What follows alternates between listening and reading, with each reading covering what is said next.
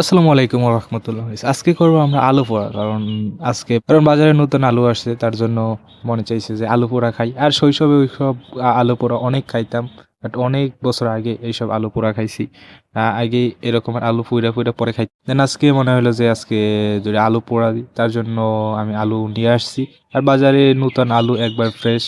আর কেমন লাগবে তা জানি না। অনেক আগে খাইছি, তা এখনো মনে আছে। আর আমি বড় দেখে ২টা আলু নিয়ে আসছি। আর সকালবেলা রান্না করছে, তার জন্য চুলার ভিতরে আগুন আছে, তার জন্য আমি দিয়ে দিলাম চুলার ভিতরে ২টা আলু, একটা বড় একটা ছোট।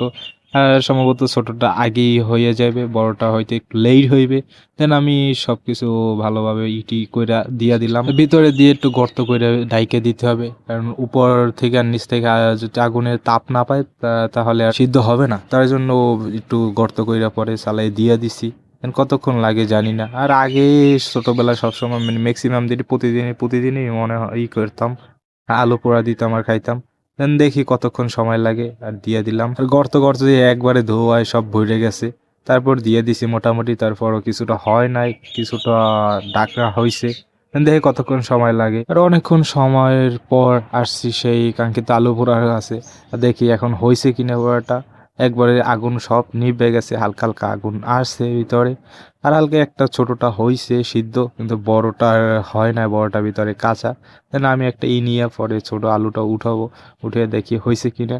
দেন ওটা নেওয়া হয়ে গেছে, বাট আমাদের বড় আলু যেটা ছিল ওইটা সিদ্ধ হয় না, জানি না সিদ্ধ হয় কিনা। আর আগুন একবারে নিভে নিভে গেছে। আর দিয়া দেখলাম কিন্তু সিদ্ধ হয় না ভিতরে, না বিফলে যায় এটা জানি না। একটু ছোট আলুটা একবারে সিদ্ধ হয়ে গেছে, মানে সিদ্ধ দেওয়া যেমন সিদ্ধ হয় ওই রকম সিদ্ধ হয়েছে, কিন্তু অতটা পুড়ে নাই।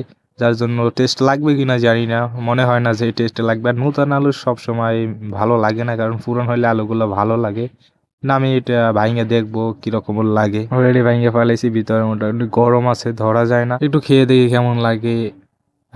মনে হয় এতটা ভালো লাগে না, বাট নতুন আলু তো এরকমের লাগে না। আমি আগেই বলছি যে নতুন আলু অতটা ভালো লাগে না, বাট পুরান হইলে আলু অনেকটা ভালো লাগে। তো আজকের ভিডিওটা এই পর্যন্ত।